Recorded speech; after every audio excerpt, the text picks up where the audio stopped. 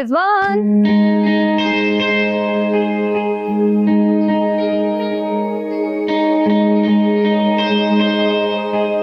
आ गई घर की याद खैर से तुम्हें। मैं अभी तुम्हें ही कॉल करने वाला था। कुछ खुदा का खौफ करो, अब्बू जान 3-4 बार तुम्हारे बारे में पूछ चुके हैं। छोड़े, इतनी कमाल की शॉपिंग की ना भाई की शादी के लिए, एक से बढ़कर एक ब्रांडेड जोड़ा है। जब पहनूंगी ना चल जल के मर जाएंगे। आग लगाए मेरे सारे पैसों, खर्च कर दिए होंगे जितने मैंने दिए। तो क्या मतलब, अपने भाई की शादी पर ना आ जा। आखिर मेरी भी कुछ इज्जत है।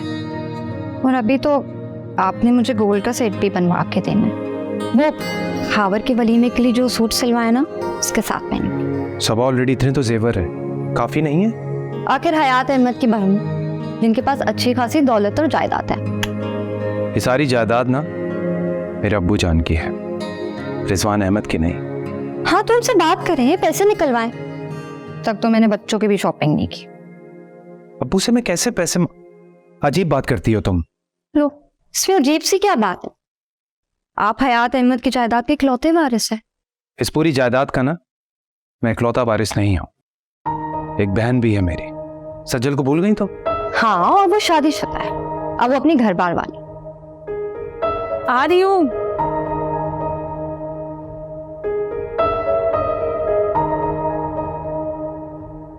सोमा, तुम इतनी जल्दी कैसे आ गई? और क्या बात है बेटा, रो क्यों रही हो? चोट लगी है क्या? बताओ ना क्या हुआ। परेशान कर रही हो बेटा, क्या बात है? मुझे टीचर ने खुद घर भेजा है। पर इतनी जल्दी क्यों? अभी तो स्कूल का टाइम ही नहीं खत्म हुआ। मैं बात करती हूँ टीचर से। टीचर ने कहा है कि फीस लेके आना, वरना कल स्कूल ही नहीं आना। मम्मा, आप पापा से कहे ना कि मेरी फीस जमा करा दे।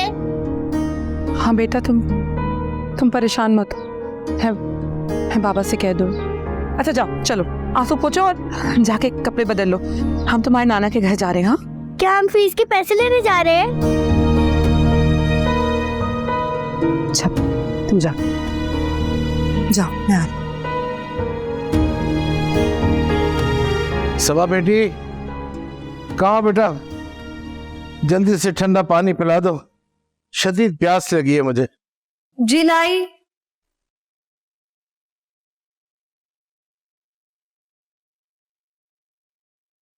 ये ले अंकल, पानी पिए, फिर मैं आपके लिए फालसे का जूस बनाती हूँ। आपकी तबीयत हशाश बशाश हो जाएगी। शुक्रिया बेटा, ये रखो, दुकानों का सारा किराया ले आया।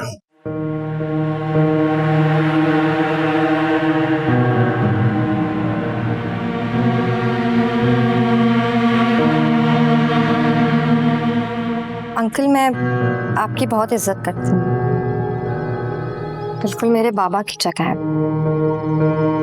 मुझे बिल्कुल अच्छा नहीं लगता जब आप इस तरह किराए लेने जाते हैं। जवान बेटे के होते हुए बूढ़ा बाप इतना काम करे, अच्छा तो नहीं लगता।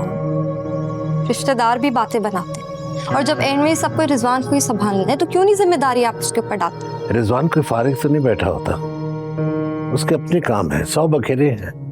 मैं फारिग होता हूँ तो खुद चला जाता हूँ अपनी मर्जी से। आपकी बात ठीक है अंकल, लेकिन रिजवान की भाग दौड़ और मेहनत बहुत ज्यादा है, और मुनाफा बिल्कुल ना होने के बराबर। आजकल तो वो बहुत स्ट्रेस में है। मैंने आपसे जिक्र नहीं किया कि क्या आपको परेशान कर। बेटे, खुल के बात करो। नहीं, रिजवान को पता चला तो वो बहुत नाराज होंगे।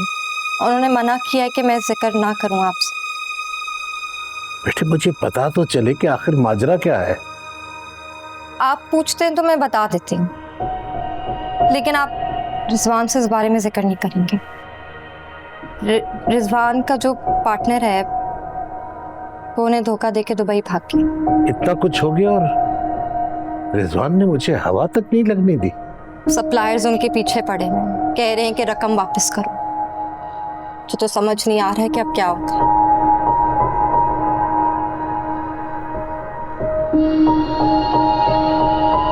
कहाँ है रिजवान? इसी चक्कर में एक जगह किसी से मिलने गए, शायद कहीं से रिलीफ मिल जाए। वो जैसे ही आए उसे कहना कि मुझसे मिले, बहुत जरूरी बात करनी है मैंने।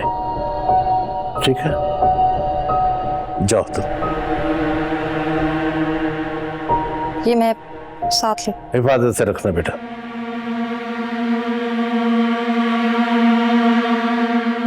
सबा, ये अब्बू जान से तुमने क्या झूठ बोला है कि मेरा बिजनेस पार्टनर मुझे धोखा देकर भाग गया है? तो वो तो शुक्र है कि बर वक्त मेरा दिमाग चल गया, वरना तुम्हारा ड्रामा पकड़ा जाता तो फिर क्या होता पता है? बड़े फायदे के लिए छोटे रिस्क तो लेने पड़ते हैं, और मैंने कुछ गलत तो नहीं कहा। अब अंकल को जायदाद आपने नाम कर देनी चाहिए। अब छोटी छोटी जरूरत के लिए उनकी शक्ल तो नहीं देखते रहेंगे ना, आखिर हमारी जिंदगी पे भी हमारा हक है कि नहीं? सबा, इस तरह अब्बू जान को हम जायदाद के लिए फोर्स नहीं कर सकते। लेकिन अब ये काम आपको करना पड़ेगा, क्योंकि मैं मजीद घुट घुट के जिंदगी नहीं गुजार सकती रिजवान। लेकिन तुम्हारा ड्रामा ना काम कर गया। वैसे चेक काट के दिया अब्बू जान ने मुझे, कल कैश करवा लूंगा। तो अब क्या आप सोने के सेट के साथ मुझे चूड़ियां भी बना के देंगे ना? चूड़ियां बनकर? एक तो तुम औरतों की हर बात ना जेवर पे ही आगे खत्म होती है। तो मेरा दिल नहीं है कि मेरे पास सोने के नए नए डिजाइन के ढेर सारे सेट हो, इसमें बुराई क्या है?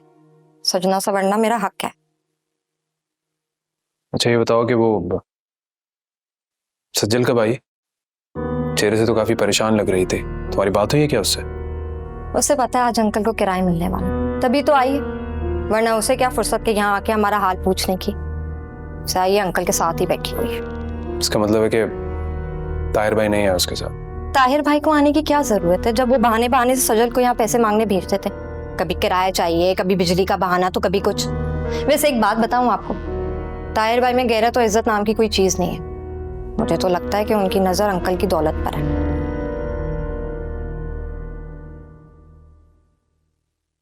अकेली क्यों आई हो?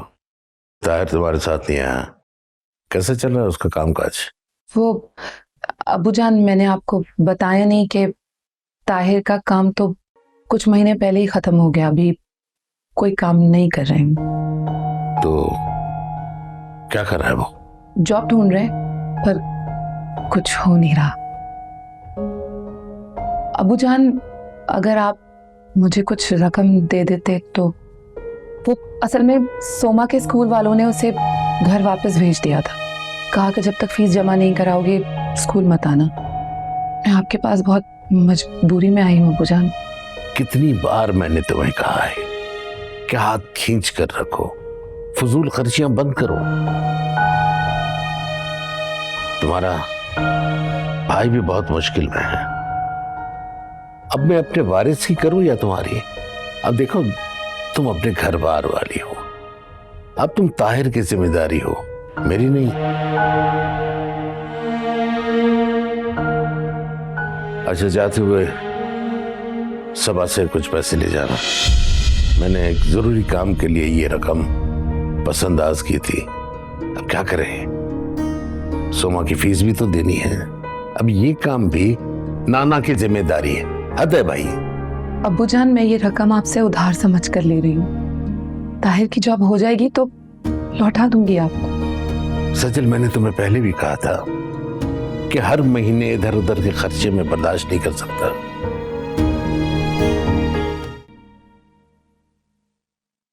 शहर से बाहर गया हुआ था, बताया तो था तुम्हें। तो कुछ हुआ काम का? फिलहाल तो नहीं, लेकिन अच्छे की उम्मीद है। सच्ची उम्मीद के सहारे तो मैंने 5 साल गुजार दी। कभी कुछ हो जाता है तो कभी कुछ। ठीक कह रही हो तुम। शादी के बाद से अब तक मैं कोई सुख नहीं दे सका। मैं किस्मत ही खराब है मेरी। जिस काम में भी हाथ डालता हूँ कोई ना कोई मसला खड़ा हो जाता। सोमा के स्कूल वालों ने आज उसे घर वापस भेज दिया, कहा जब तक फीस जमा नहीं कराओ मत आना। अब्बू जान के पास गई थी, आग से पहले मेरी इज्जत नफ्स पे इतनी गहरी चोट नहीं आई थी। मैं तो खुद बहुत शर्मिंदा हूं, लेकिन जब जब कुछ मसलों के लिए हमने हयात अंकल से पैसे लिए हैं, एक एक पाई मेरे ऊपर कर्ज है। और जैसे ही मेरा कोई काम शुरू होता है, सबसे पहले मैं उनकी एक एक पाई लौटा दूंगा। अब्बू को लगता है कि पैसे ऐंठने के लिए हम ये ड्रामे उनके साथ कर रहे हैं। अल्लाह ताला हमारे रिस्क में खैर बरकत डालता है। पहली फुर्सत में ये 30,000 रुपए उनको वापस लौटाऊंगी। ये मेरी इज्जत नफ्स मुझे इन 30,000 रुपयों से ज्यादा प्यारी है। लेकिन सज्जल,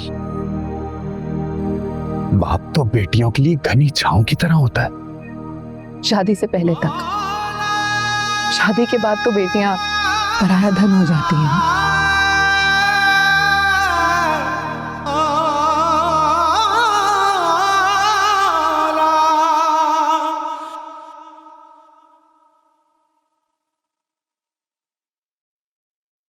ये दरवाजा इस तरह क्यों बंद कर रहे हैं? सब खैरियत तो है? हाँ, क्योंकि मैं नहीं चाहता कि इस बात की भनक अब्बू जान को पड़े। अब्बू जान को पड़े। ये लो तुम्हारा गोल्ड का सेट।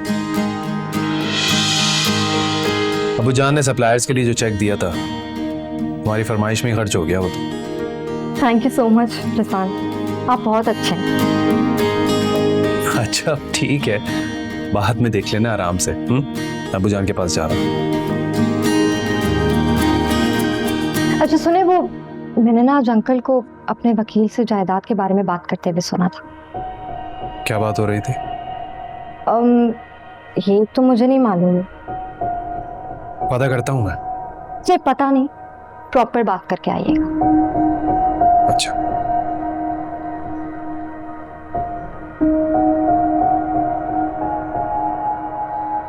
कारोबार तो सारा ठप हो गया, अब क्या करोगे? मेरा मतलब है कि आगे का क्या सोचा है? सोचना क्या अब्बू जान, जब हाथ में कुछ बचा ही नहीं। कभी सोचा भी नहीं था कि अपनी जरूरतें पूरी करने के लिए दोस्तों से उधार मांगना पड़ेगा। इंशाल्लाह मैं ऐसी नौबत नहीं आने दूंगा। क्या मतलब? बेटे मतलब ये कि मेरा जो धन दौलत है, जायदाद है, मकान है, दुकानें हैं, सब तुम्हारी तो है। मैंने वकील साहब से बात कर ली है। अबू जान साहब मेरा कैसे है? मेरा मतलब है कि सज्जर को कोई एतराज नहीं होगा? उसे भी तो आपसे कोई फायदा मिलने की उम्मीद होगी। कैसा फायदा? उसकी शादी पर जहेज की सूरत में मुझे जो कुछ देना दिलाना था वो मैं दे चुका, और जायदाद मेरी है, वो कौन होती है एतराज करने वाली? और फिर बेटे ही असल वारिस होते हैं, बेटियां तो पराया धन होती हैं, उन्हें जो कुछ भी दो वो बेगानों कहते चढ़ जाता। लेकिन अबू जान, ताहिर भाई तो ससुराल की तरफ से जायदाद मिलने की आस पे हाथ रख के बैठे हैं। तुम फिक्र न करो, मैं देख लूंगा। मुझे अपनी फिक्र नहीं है, मुझे आपकी फिक्र है। अगर सज्जल और ताहिर भाई आपसे नाराज हो गए तो? मियां तुम छोड़ो इन बातों को, एक दो दिन में मेरा वकील कागजात बना के ले आएगा, काम तो शुरू हो।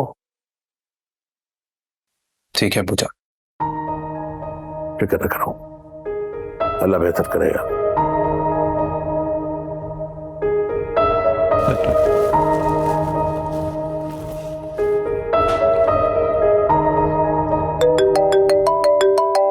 मामा, बाबा का फोन आ रहा है। अच्छा, एक मिनट, मैं देखती हूँ। उन्हें जॉब मिल गई होगी ना, उसी की खुशखबरी के लिए फोन कर रहे होंगे। फिर मैं बाबा से कहूंगी कि मुझे नया स्कूल बैग लेके दे। जरूर।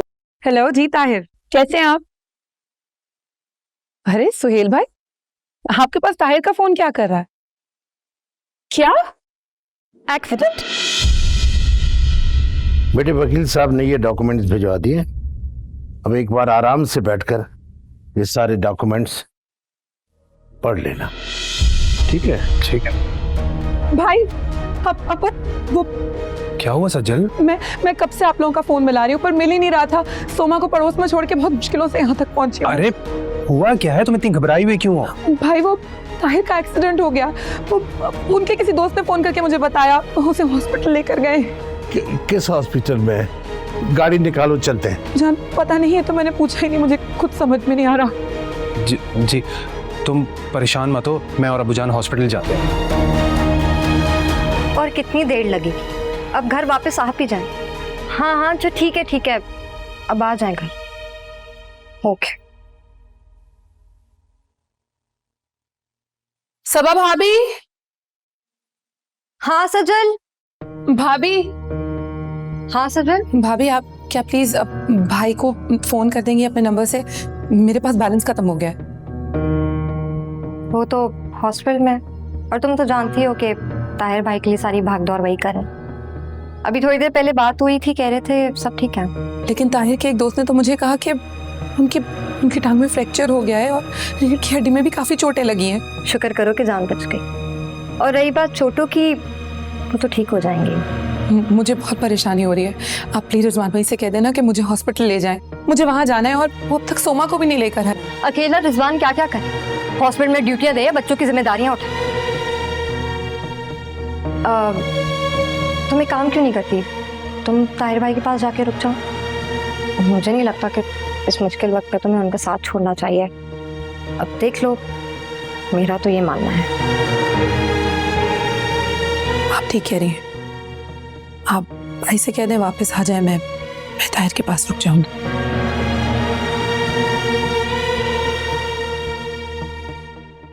पता नहीं नजाबों से कब जान छूटेगी रिजवान की। बैलेंस नहीं है, कम ले। शुक्र है आज आपकी तबीयत काफी बेहतर लग रही है। बेहतर क्यों नहीं लगेगी? तुमने इस मुश्किल घड़ी में जितनी मेरी खिदमत किया, मैं इसका एहसान जिंदगी भर नहीं उतार सकता। एहसान कैसा? हम दोनों तो जिंदगी भर के साथी हैं ना। जिंदगी भर के साथी, एक माजूर अपाहज साथी जो जिंदगी की राहों पर तुम्हारे साथ कदम से कदम मिलाकर भी नहीं चल सकता। इस हालत की वजह से ना आप काफी मायूसी की बातें करते हैं और चिड़चिड़े भी हो गए हैं। खबरदार अगर आज के बाद अपने आप को अपने माजूर कहा तो आप देखिएगा आप बिल्कुल ठीक हो जाएंगे और फिर हमारे घर में भी खुशियों की बारिश होगी। मैं हकीकत से नजरें नहीं चुरा सकता। अच्छी तरह जानता हूं कि जिन हालात में मेरा इलाज हो रहा है, मुझे तो ये सोच सोच के हौल हो रही है कि घर के अखराजात कैसे पूरे होंगे। मैं तो खुद माजूर होकर यहां पड़ गया हूं। आप फिक्र मत कीजिए, सब कुछ ठीक हो जाए। अल्लाह ताला सब कुछ करवा दे। कैसे नहीं सोचूं? कैसे पूरे होंगे घर के अखराजात, बच्चों की स्कूल की फीस, किराया, ये सब कैसे होगा? मैंने ना सबा भाभी से सुना था कि अबू जान अपनी जायदाद तकसीम कर रहे हैं, तो यकीनन उसमें मेरा भी कुछ हिस्सा होगा ना। अब अबू जान इतने भी संगदिल नहीं कि अपनी बेटी को भूल जाए। मैं उन्हीं से बात करूंगी, आप परेशान मत हो।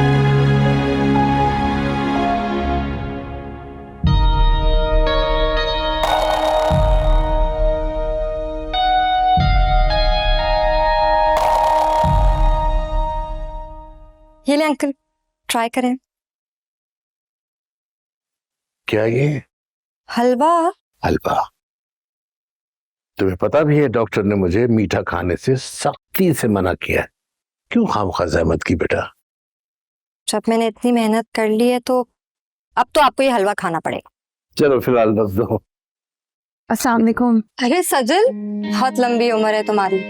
अंकल कल ही तुम्हारा बहुत पूछ रहे थे वाले और मेरा इरादा था कि रिजवान के साथ तुम्हारे घर चक्कर लगाऊं। बैठो बैठो बैठो बैठो बैठो हाँ बस वो भाभी क्या करूं, ताहिर को हर वक्त मेरी देखभाल की जरूरत होती है।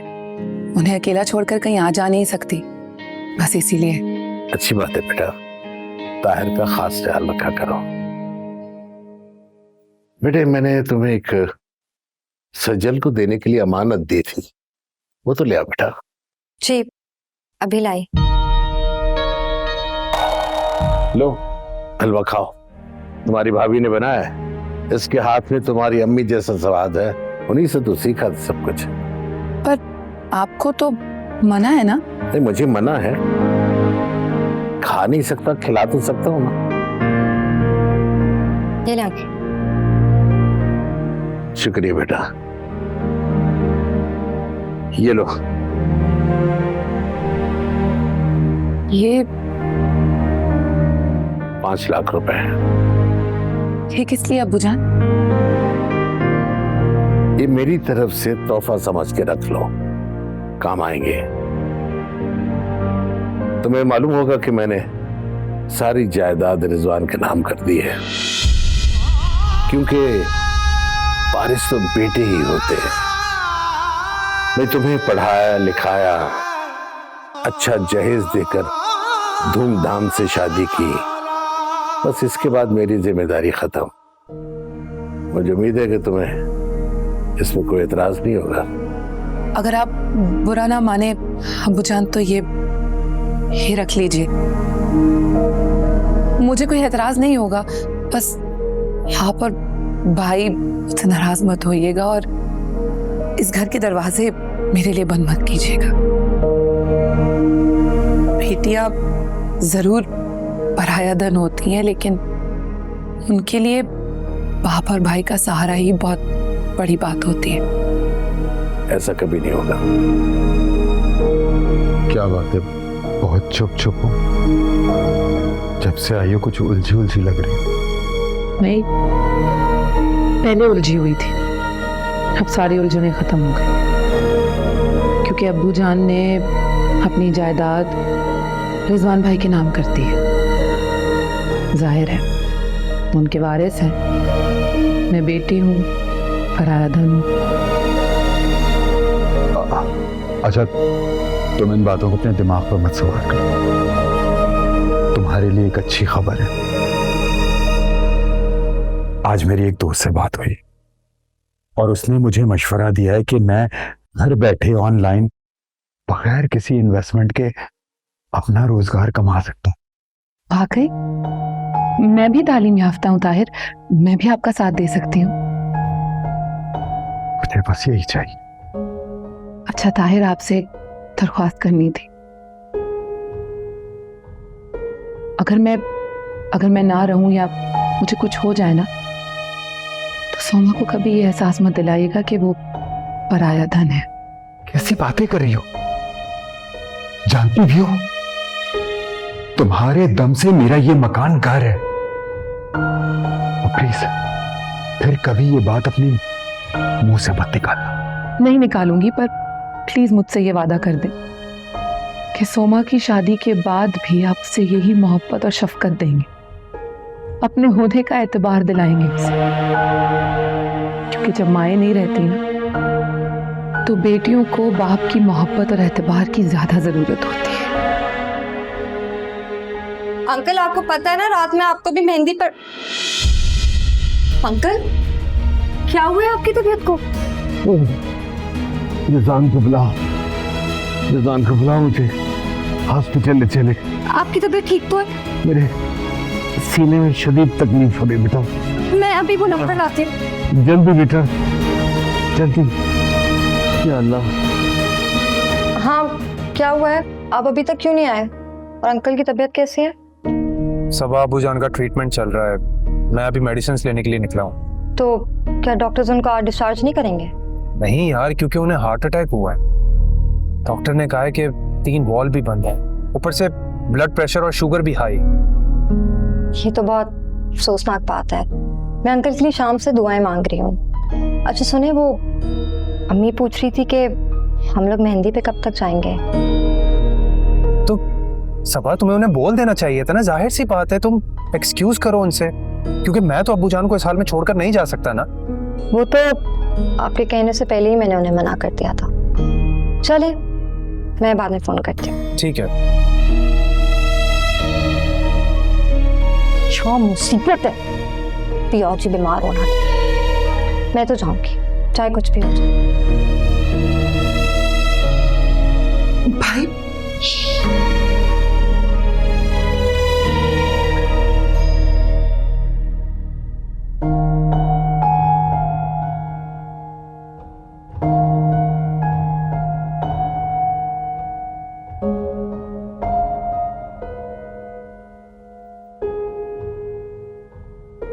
हाँ, वो अब्बूजान नींद में थे तो वहाँ बात करना मुनासिब नहीं था।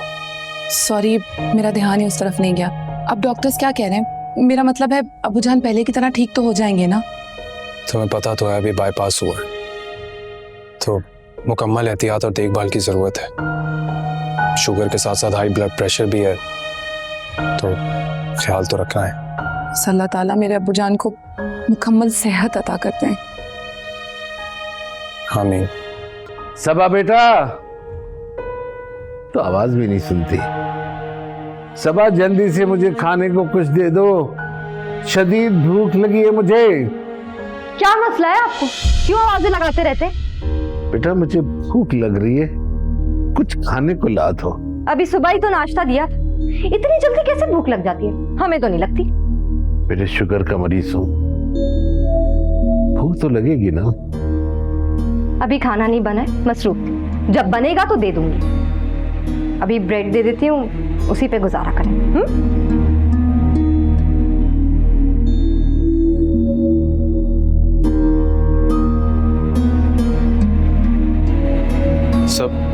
सबा, ये क्या सुन रहा हूं मैं? क्या अबूजान ने तुमसे खाने का कहा और तुमने बदतमीजी से 2 स्लाइसेस उन्हें पकड़ा दिए? अंकल ने कहा है आपसे ये सब कुछ। हद होती है झूठ बोलने की और इल्जाम तराशी की। इतना ख्याल रखती हूँ उनका मैं। खौफे खुदा नहीं है क्या आपके अब्बू के अंदर? जब से बीमार हुए बच्चों की तरह उनका ख्याल रखती हूँ। 3 वक्त का ताजा खाना बनाकर देती हूँ। हद होती है। कितना झूठ बोलेंगे? पता है क्या, अब ना मेरी बस हो गई है रोज रोज की टिक से। मैं अब अपने घर चली जाती हूँ। मेरे घर वाले अभी जिंदा मरे नहीं हैं। सबा ये क्या कर रही हो तुम? अच्छा छोड़ो, उठो इधर। अच्छा मेरी बात सुनो, इधर बैठो। इस तरह जरा सी बात पर जज्बाती नहीं होते सबा। मैं समझाऊंगा अबूजान को। ये इतनी सी बात नहीं है रिजवान। बढ़ के खिदमतें करो और बदले में क्या मिले? इल्जामात। आपको पता है आपके अब्बू हर आएगा इससे क्या कहते हैं? कि मैं उन्हें वक्त पे खाना नहीं देती, उन्हें पूछती नहीं, उनका ख्याल नहीं रखती। जितना मैं उनका ख्याल रखती हूँ, उनकी सगी बेटी सजल भी नहीं रखती। समझता हूँ तुम्हारी बात को, ठीक कह रही हो तुम, लेकिन अबूजान वो भी तो अपनी तबीयत की वजह से चिड़चिड़ से हो गए हैं। बस अब मुझसे और नहीं बर्दाश्त हो सकता है। बढ़ के खिदमतें करो और बदले में जूते भी हम खाएं। मैं अपने बच्चों के साथ इस माहौल में नहीं रह सकती। अंकल खुद तो बीमार है, ज़हनी तौर पे मुझे और मेरे बच्चों को भी करता है। मैं यहाँ सब मैं तुम्हें और बच्चों को कहीं जाने नहीं दूंगा, समझी तुम? तो फिर अंकल को कहीं भेज देना। सजल भी तो उनकी बेटी है, उसका भी कुछ फर्ज बनता है कि नहीं? सब कुछ हम करें और जूते भी हम करें। क्या करूं फिर मैं? बताओ फिर क्या करूं? एक बात बोलूं तो बुरा तो नहीं मानेंगे? हाँ बोलो। मेरी दोस्त आफरा, आपको याद होगी, जो मेरे साथ कॉलेज में पढ़ती थी। हाँ। उसने अपने ससुर को एक इदारे में दाखिल कराया जहाँ बूढ़े लाचार लोगों की सही तरह खिदमत की जाती है। उसने भी अंकल की तरह सबकी नाक में दम करके रखा हुआ था। अबूजान, जब से आप इस तरह बीमार पड़े मेरे लिए बहुत मुश्किल पेश आ गई है। और वो सबा को देखे ना, दिन रात आपकी खिदमत में लगी रहती है और आप है कि उससे नाखुश हैं। कह रहे थे मुझे मेरा अपना बेटा, बाप की बात भी यकीन नहीं कर रहा। उस लड़की का मेरे साथ सलूक जानवरों जैसा है। दोपहर का खाना शाम 4-5 बजे मेरे सामने डाल दिया जाता है। और ये मेरे कमरे का हाल देखो, ऐसा होता था। सब समझता हूं, बेवकूफ नहीं हूं। मेरी इतनी बार आवाजें देने पर भी सबा मेरी बात नहीं सुनती। परसों पानी के लिए आवाज देता रहा क्योंकि मेरे जग में पानी नहीं था। ये उसने नहीं सुनी, नहीं आई। फिर लाचार मुझे पानी लेने के लिए किचन जाना पड़ा, पर वहां सिर्फ हो गया। अबूजान, मैंने आपके सारे मसलों का हल तलाश कर लिया है। कल मैं आपको ऐसी जगह लेकर जा रहा हूँ जहाँ पर और भी आप जैसे अफराद हैं। वैसे भी अकेले रहते हैं आप यहाँ पर, वहाँ पे वो सब होंगे तो आपको अकेलापन फील नहीं होगा। समझ गया मैं। तो मुझे ऐसी जगह छोड़ने जा रहे हो जहाँ मेरे जैसे और भी बूढ़े लोग, लाचार मजबूर लोग रहते हैं, जिन्हें अपनी औलाद अपने साथ रखना पसंद नहीं करती। क्योंकि अब मैं नाकारा हो चुका हूं। नाकारा चीजों का घर में क्या काम? अबूजान, ऐसी कोई बात नहीं है। ट्रस्ट में आपका बहुत अच्छे तरीके से ख्याल रखा जाएगा वहां पर। आप बहुत अच्छा महसूस करेंगे। जब अपनी औलाद, अपना बेटा बाप से जान छुड़ाना चाहे तो फिर मैं क्या अच्छा महसूस करूं? तुम फिक्र न करो, मैं खुद ही चले जाऊंगा। मेरे गुनाह ज़्यादा है या तेरी रहमतें करीम, तू ही बता दे करके हिसाब।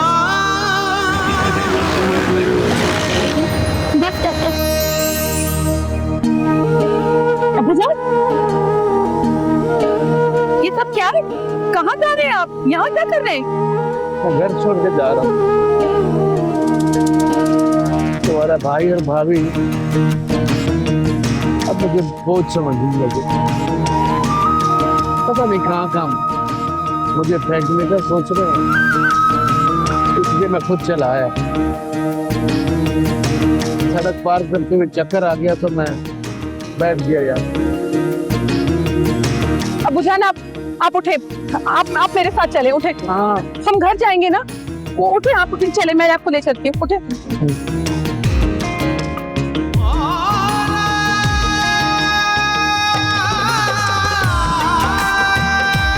अबू जान, थोड़ा सा और पी ले। बस बेटा, नहीं पिया जा रहा। उसके चेहरे का रंग ही उतर गया। तभी तो इस तरह आप रोड पर बेहोश हो गए थे। मुझे तो ये देखकर बहुत डर लग रहा है अब। अबू जान, आज तो आप बहुत ज्यादा दुखी भी लग रहे हैं। अब मैं आपकी एक नहीं सुनूंगी। आप मेरे साथ मेरे घर चल, क्योंकि मेरा हर रोज आना भाभी को बिल्कुल पसंद नहीं। इनको तो यहाँ मेरा रहना भी पसंद है। मैं इनके लिए बोझ बन गया हूँ। बोझ? कौन बदकिस्मत आपको बोझ समझ सकता है?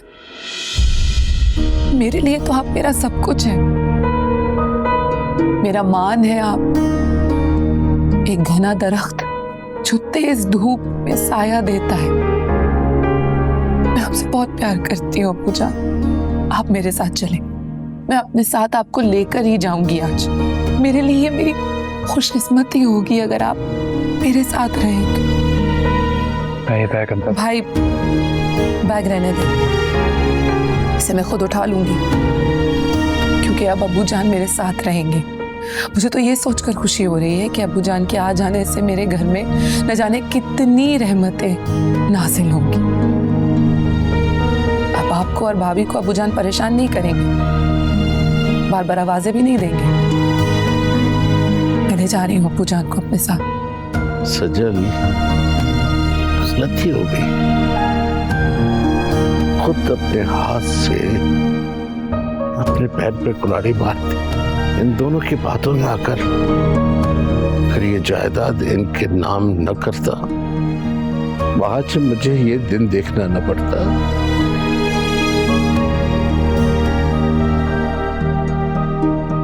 काश वक्त पलट आए, हम बेटों को वारिस और बेटियों को पराया धन समझते हैं। आज मुझे एहसास हुआ कि बेटी तो कभी पराया धन होती नहीं।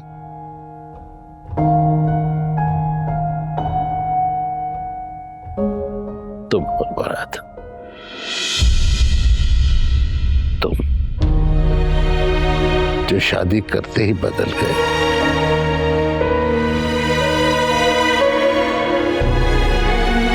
सजल आज भी मेरी बेटी है, मेरी प्यारी बेटी। हालांकि मैंने इसके साथ अच्छा नहीं किया, बहुत जुल्म किया, नाइंसाफी की। जायदाद में इसका जो जायज हक था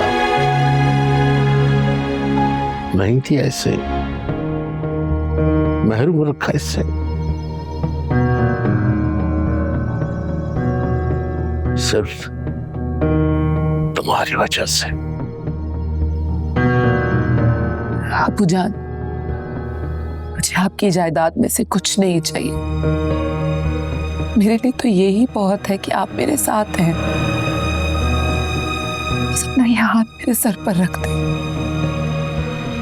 क्योंकि यही एक बेटी का मान होता है, यही एक बेटी की ताकत भी।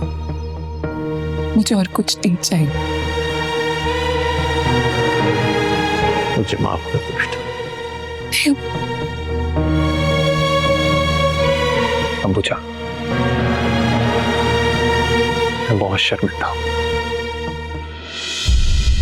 अंबुजा प्लीज, मैं बहुत शर्मिंदा हूं, मुझे माफ कर दे।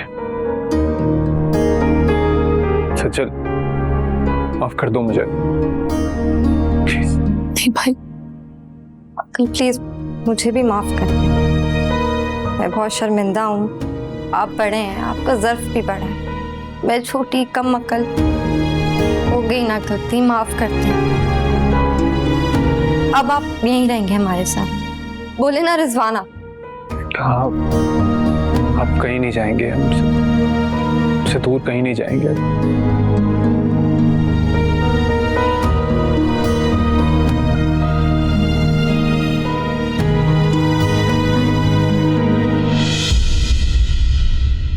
तेरे करम के सदक़े मेरी जबीं के सजदे करते हैं तुझसे इल्तिजा। तेरा साइल खड़ा है, अर्ज़ियां ये लेके आया है। नदामत से भरी आंखें हैं, दो आंसू भी लाया है। बस इतना सा करम कर दे मेरे मौला, ये दिल एहसास से